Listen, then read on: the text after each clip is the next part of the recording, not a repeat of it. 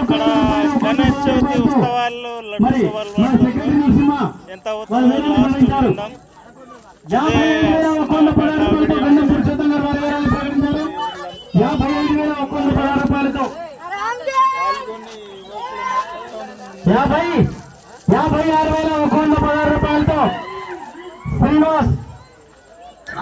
శ్రీనివాస్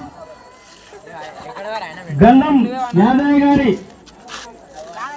60,116 రూపాయలతో నాగిరెడ్డి గారి వేలాన్ని ప్రకటించారు. ఆల్రెడీ లాస్ట్ ఇయర్ క్రాస్ అయిపోయింది, ఇంకా డబుల్ కావాలి. ఇంకా 60,116 రూపాయలతో నాగిరెడ్డి గారు వారి వేలాన్ని ప్రకటించారు. 61,116 రూపాయలతో గంధం యాదయ్య గారి తరఫున పురుషోత్తం గారు వారి వేలాన్ని ప్రకటించారు. 61,116 రూపాయలతో వారి వేలాన్ని గంధం పురుషోత్తం ప్రకటించడం జరిగింది. 65,116 రూపాయలు. నమస్కారం. కొద్దిగా 65,116 రూపాయలతో ఎరుకల్ శ్రీనివాస్ వారి వేలాన్ని ప్రకటించడం జరిగింది. 65,116 రూపాయలతో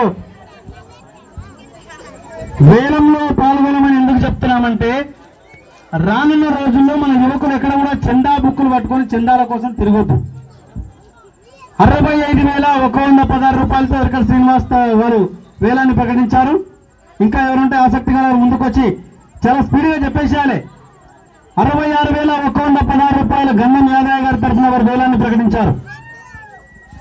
66,116 రూపాయలతో పురుషోత్తం గారు తన వేలాన్ని వారి నాన్నగారి పేరు మీద ప్రకటించడం జరిగింది.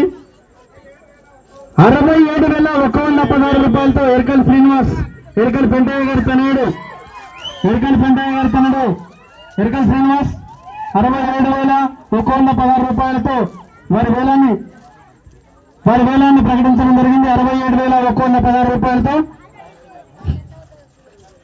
67,116 రూపాయలతో వారి వేలాన్ని ప్రకటించడం జరిగింది.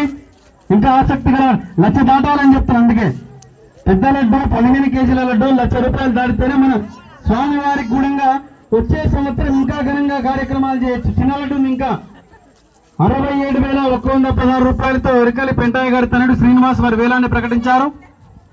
ఆసక్తి గల వారు ఇంకా ముందుకు రావాలి. రసవత్తరంగా జరగాలి. వ్యయం కూడా 1000 కాదు 5,000 పెంచుకుంటూ పోవాలి.